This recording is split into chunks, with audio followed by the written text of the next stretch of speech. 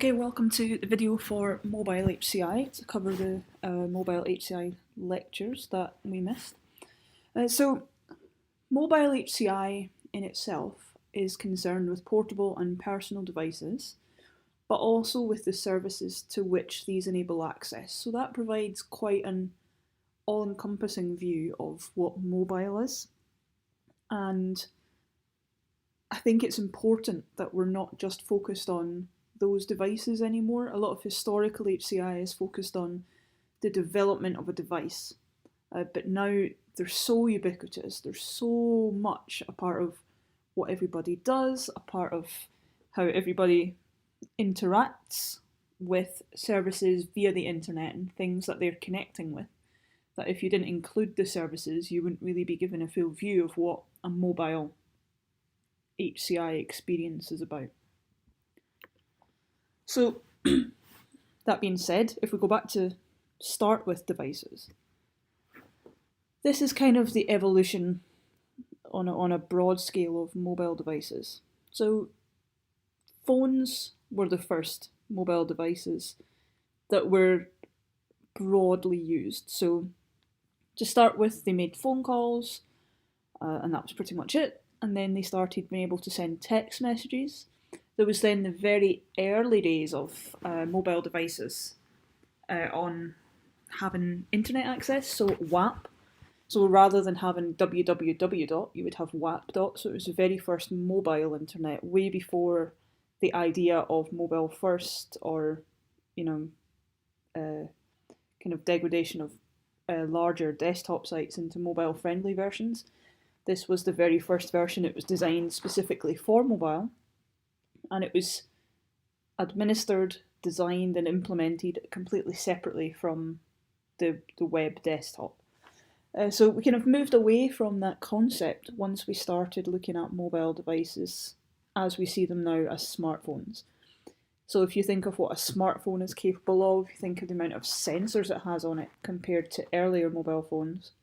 It's a much more complicated device, but it's also capable of doing much more.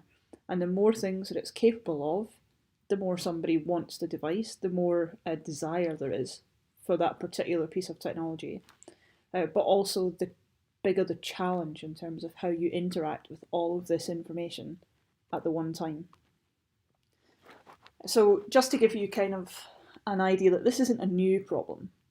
This is a problem in terms of, designing for HCI experiences and how we monitor those and how we design new interfaces.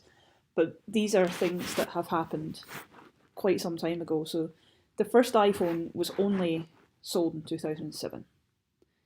And actually, if you look at the feature set of the iPhone, it was actually behind other phones available at the time. You could copy and paste, for example, whereas BlackBerry had been doing that for some time. So the first mobile phone call was made in 1973. And the first text message was sent in 1992. So, almost 20 years of difference between being used for calling and being used for text messaging. And then if you look at from 1992 to now, it's actually quite a short period of time, and we can do so much more than just the addition of text messaging. Yeah, so this guy is Martin Cooper. Martin Cooper invented the mobile phone. So he was a senior engineer at Motorola, and he was the person who made the first mobile phone call in 1973. So his big claim to fame really within Motorola was that he was the designer of the Dynatac. So this was a $4,000 phone in 82, so worth quite a considerable amount more now if you just take dollar to dollar. It had 6 hours standby, you could call for 30 minutes, and stored 30 numbers. So if you compare that to what you probably have in your pocket right now, if you don't touch that phone, you just sit it on the table fully charged, how long does it last? Well, longer than 6 hours standby. How much phone call time do you have? How many minutes? If you've got a plan, you've probably got unlimited minutes. You might have a cap, but it's not going to be 30 minutes. And the amount of numbers that you can store, well, if you're sitting there with a smartphone, that's pretty infinite because you can store them all in the cloud. You're not having to use actually any of the storage that you have in the phone for that if you don't want to. So this is just a bit of fun, really. It's a not quite so up-to-date version of my mobile phone history. So my very first mobile phone history was the orange phone at the top left. It was a Bosch phone. This was about, I want to say, early high school. And this was a particularly cool phone because not only was it orange, it was on the Orange network.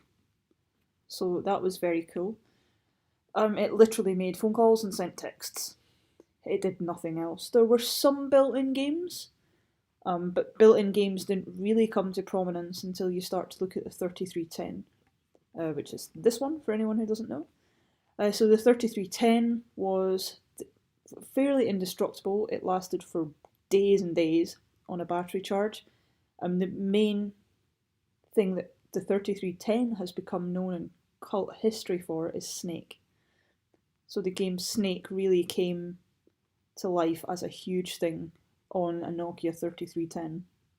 After that, phones really started to get very small. So manufacturers spent a lot of time and effort into making things tiny so that you could hold them in the hand and they were very small. So this little Samsung Flip number here was, again, when you folded it up, it was a quarter of the size of that previous Nokia phone that I had. It had the very first beginnings of mobile internet. That didn't really come until this V3 Nokia. That really was the start of mobile internet. You could have WAP time. The very first mobile things would allow you time on the internet rather than the amount of data that you could move, which was an odd concept, but it encouraged you not to use it really because it was so slow. And so you were very aware that you were spending your time and your money waiting on something to load. I mean, this is the point in time at which you would have had, a set number of text messages, and you're really trying to eke those text messages out through the month. So it was an expensive thing to own a mobile phone and to run a mobile phone. From then, manufacturers started developing specialism. So they started developing things that this phone did that was very marketable, and it would be better than every other phone you had ever known because it had this unique feature. So some phones became kind of music-based phones, like these two here. So the Walkman series from Sony Ericsson, or the Music Express series from Nokia. So this was a big deal. The Walkman was the first one. The Music Express one sponsored the X Factor. So when Nokia sponsored the X Factor TV show, it really brought it into people's homes and people wanted to get this specialist phone for that particular purpose. Sony Ericsson had a dual path, and one of them was this K800 phone. So I thought the world had ended with this K800 phone. This was the best it was ever going to be. It had, I think, a 3.2 megapixel camera, and it was the bee's knees.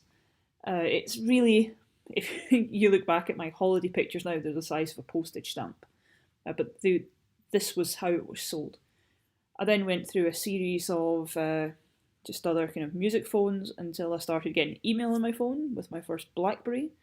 This had a very interesting keyboard, so I don't know if you can quite see, but each of those keys, rather than the T9 keyboard, you had basically modes. So you would press the key 3 times for a C, 2 for an E, 3 for an F, that sort of thing.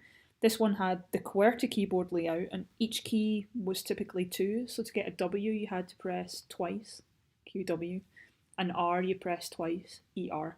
So it was an interesting use of a keyboard. Predictive text solved a lot of those issues, but if you didn't use predictive text, you would have found that very, very difficult in terms of a learning curve. GPS then was added, so GPS let people use maps, so the Nokia i925. One of the biggest selling phones of its time because it had GPS and you could download maps, and it was really the precursor to Google Maps in terms of what people wanted to do. So you couldn't update, you couldn't access a lot of additional information.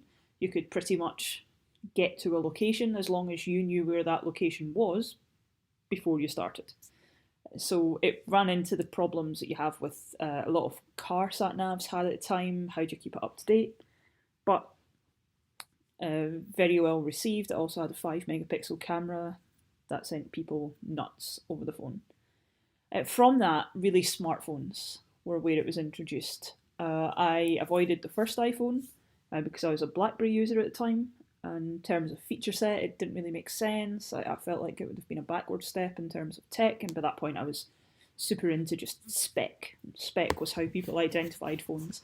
Nowadays, there's not that much difference really in terms of spec. Every now and then you get a phone that's made a big difference, but a lot of the progression now in terms of phones is in software and processing.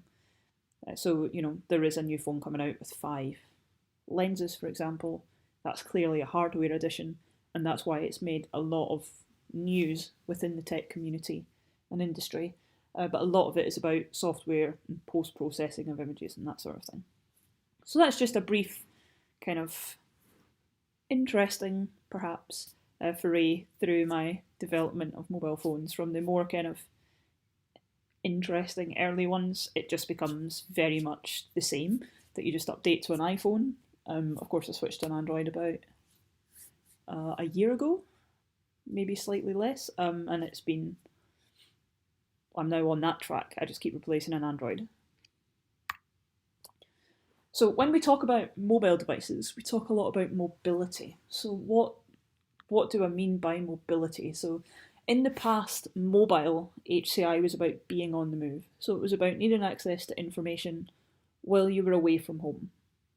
Nowadays, mobility is concerned with a lot more to do with context, a lot more to do with the user, a lot more to do with the purpose of your task, the urgency of your task, the location of your task, rather than particularly meaning that you are on the move and you're away from home. So when I talk about context is something that's been kind of coined as part of user experience and as part of the development really of design for mobile devices. And it really combines the user and the activity that they want to do. So who am I? I've got needs and wishes. I also have abilities and disabilities. And then I have some activity. So what is it that I want to do? Where do I want to do it? Why do I want to do it? So once you combine all of these things together, you start to get the overall picture. You start to get the context. There's some additional component on the right-hand side here, which is kind of who makes all of this possible. So there's some organisation, there's some service, there's some system that makes all of this possible. So having some consideration of that within that entire interaction is important, because it's not just about me and my device. It's about me and my device, which is allowing me to do or achieve something.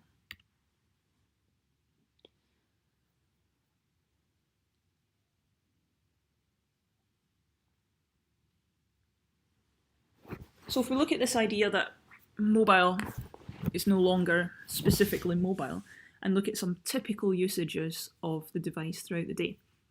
In the morning, you're maybe busy, so you're making kind of quick glances at things, you're quickly checking the weather to see what to wear, you're quickly checking your emails to check that there's nothing urgent you need to divert some attention to.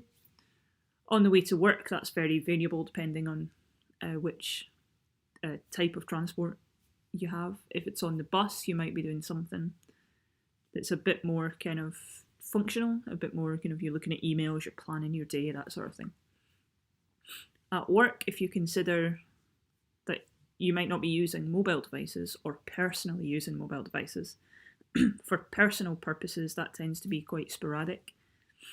And then in the evening, that's when you have a longer attention span to look at your device. You've got no deadline, there's no, I've got to get back to work in an hour. So what you tend to find is that the amount of time people spend on a device is much longer than they do in the morning when that attention is very short. And then within the home and kind of looking at purpose, this data is a little bit older. It still largely holds true. I've just not found an updated chart that's as kind of nice as this one. So this chart looks at tablets, it looks at e-readers, so that's a Kindle, and it looks at mobile devices. And what you can see is that the situation or context in which I'm doing things changes drastically per device. So if I look, for example, 47% of people would use their mobile device while commuting, but only 20% would use a tablet. That's probably something that's changed slightly now that tablets are becoming, much, much more accessible than they were before. If you look at lying in bed, which is this second one in, the green one, so 57% of people use a tablet, 61 an e-reader, and 51 a mobile phone. So there's not that much difference. People aren't tending to watch TV on a Kindle because it's designed for reading. But this one, the with friends and family, that reading tends to be a solitary activity, only 17% of people using that. So you can start to gain some idea of how people structure their lives around these devices when you're looking at what people are doing and what people are not doing with them in different situations. So if we go back to HCI research and start to see, well, how has HCI research influenced how we use devices? It's influenced how we use devices in the sense that a lot of new systems and technologies that are available, they've all come out of R&D. So whether that's been R&D within a company or whether it's been a pure research-based activity which has then been commercialised. So, for example, we know that if you have a screen larger than 4.3 inches, it increases efficiency. So this study is 6 years old now, but it was looking at how mobile screen size affects how people view their phones in terms of usability. So how easy is it to use? How effective is a device to use? And how efficient is a device to use? So are you having to scroll for a long time? Does it mean you have to click more if the screen is smaller? Are you having to zoom in a lot? That sort of thing. So basically what they found that if your screen is bigger than 4.3 inches, it increases efficiency. Now, like the new iPhone 8, that is 5 inches, 5.5 maybe. So if you're doing internet browsing or you're trying to find information, already that's quite an efficient size. Compare that to some of the earlier phones that you saw, from my history of phone usage, some of them were very small and it would largely be text-based stuff. You're not zooming in and out all the time. And all of the screen sizes that they used were tending to be quite good in terms of having usability. So they've used a system usability scale. So that's a standardized measure of usability. You don't have to go and read all of these studies. I'm just trying to give you a background of where some information has come and what sort of things people are looking at in terms of mobile devices. Of course, if you want to go and look some of them up, if any of them are interesting to you, then that's fine. You can find them just by searching the title in Google Scholar or dl.acm.org. So typically to access the PDF, if it is open access, you'll be able to access it everywhere. If you come up against a paywall, connect yourself to either the computing or the university VPN, and it should remove that paywall.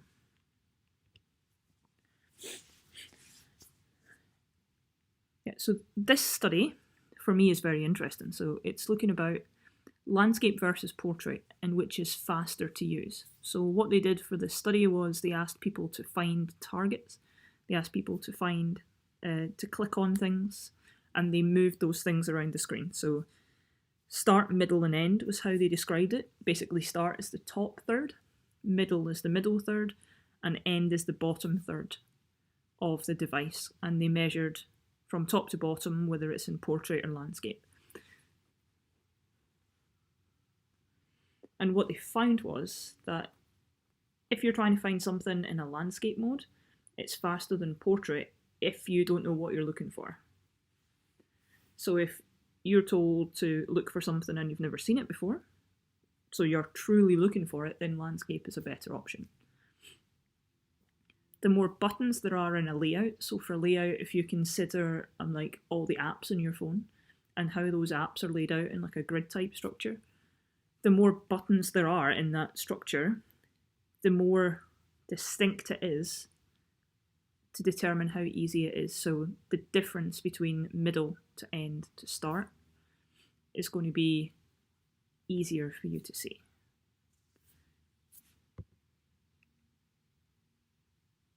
And it's also interesting to see that some of these studies are not just about developing new technologies, but they're about figuring out how human factors plays into current technologies that we have, how people are using those technologies, and then how you design new technologies is influenced by that. So a lot of the research, it might not necessarily be about developing a new thing, it's about adding to knowledge and finding out something new.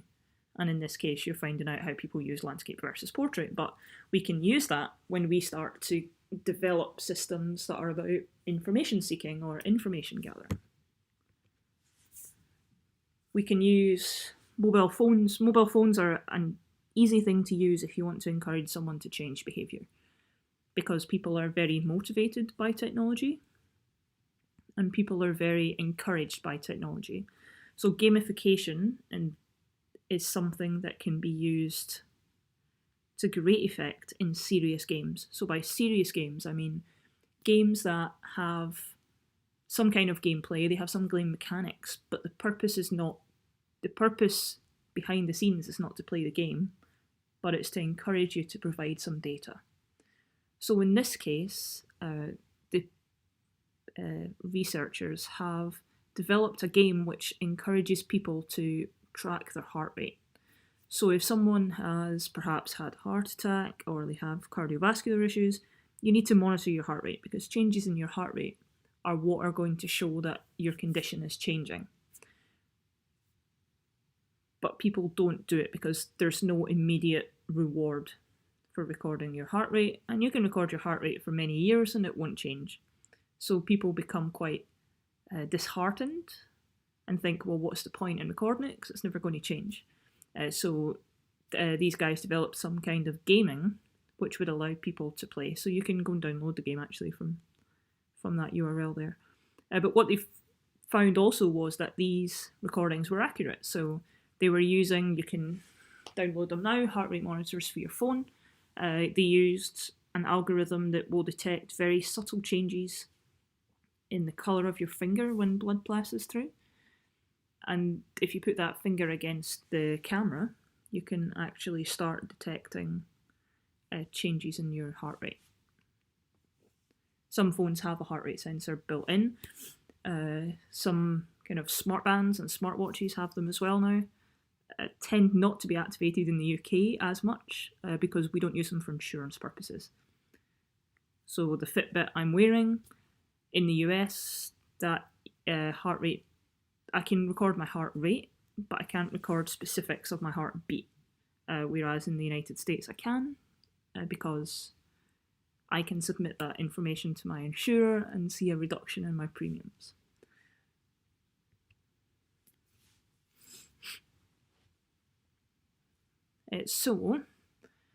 Telefonica, being Telefonica is O2. So Telefonica were interested in how people use kind of mobile instant messaging compared to traditional SMS. So traditional text messaging obviously has a cost for carriers in terms of each message has to be sent and received, so it uses some bandwidth on their phone network. It also is a discrete thing, so I don't have access to whether you're typing your message or what you're doing. I just know when I receive the message. If you compare that kind of thing to mobile instant messaging, so WhatsApp is the one that they considered. WhatsApp is very low cost for the user. So all I need is internet access, and that might be Wi-Fi, which is free, and it has no cost to me. There may be a cost, of course, that someone's gathering my data, and so that has a privacy implication. that it might be less private if I'm using WhatsApp, but it's much more immediate. I'm not relying on that going through cell towers to get to where I need to go, in the way that you would with a text message. And it's perhaps easier to build a sense of community because with WhatsApp messages, you can have groups of people who are all on different networks, who are all on different devices, who are all in different areas, and you can really build a community because the cost of the internet is the same regardless of where I am. But if I was in a text messaging group with colleagues of mine in the US, for example, that would never work. But we have a WhatsApp group because the cost to everyone is the same. So it's about the balance of that, of distributing that cost. People tend to view it as the internet, which is interesting. So I know that I'm chatting on the internet, whereas I have some more expectation of privacy in text messaging. I know that at any point someone might breach the WhatsApp encryption, and so my personal messages may become public, and that's the risk you take when you select which mobile instant messaging service you're going to use. But obviously WhatsApp is the most popular. If you look at kind of how that's monitored, that's different. So if you look at countries like Brazil, Central America, sometimes the government will order a close down of WhatsApp services in the interests of national security is why they say, but it's to settle unrest in the country because WhatsApp's being used.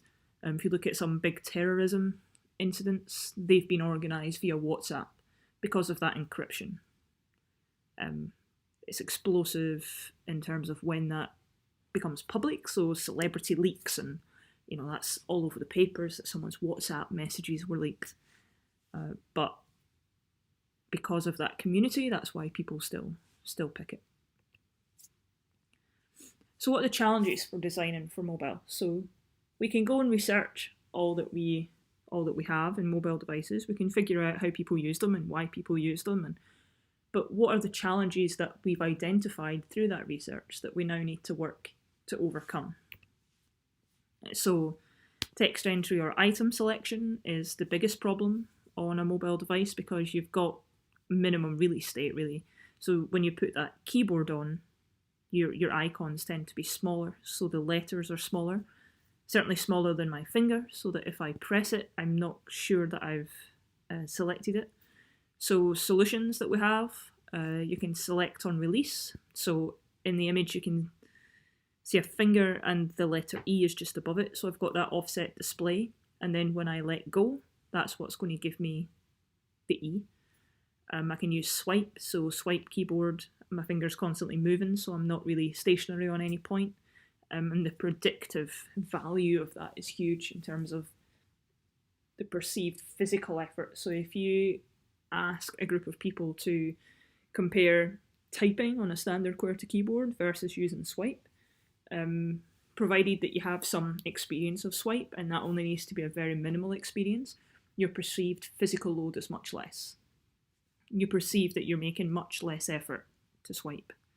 And swipe learns your behaviour, so you can actually be very lazy with it over time if it learns that you want to do that. So coupled with that reduced screen real estate causes you problems for like icons and stuff. So you can only see a certain amount of content on the screen, and sometimes that limits your context. So you can't, if you're reading a news story, for example, you might not see all of the information available to you, but you can guess some of it. If I'm talking about swiping, again, the smaller the screen, the more that physical load is going to increase because I have to swipe more to be able to see.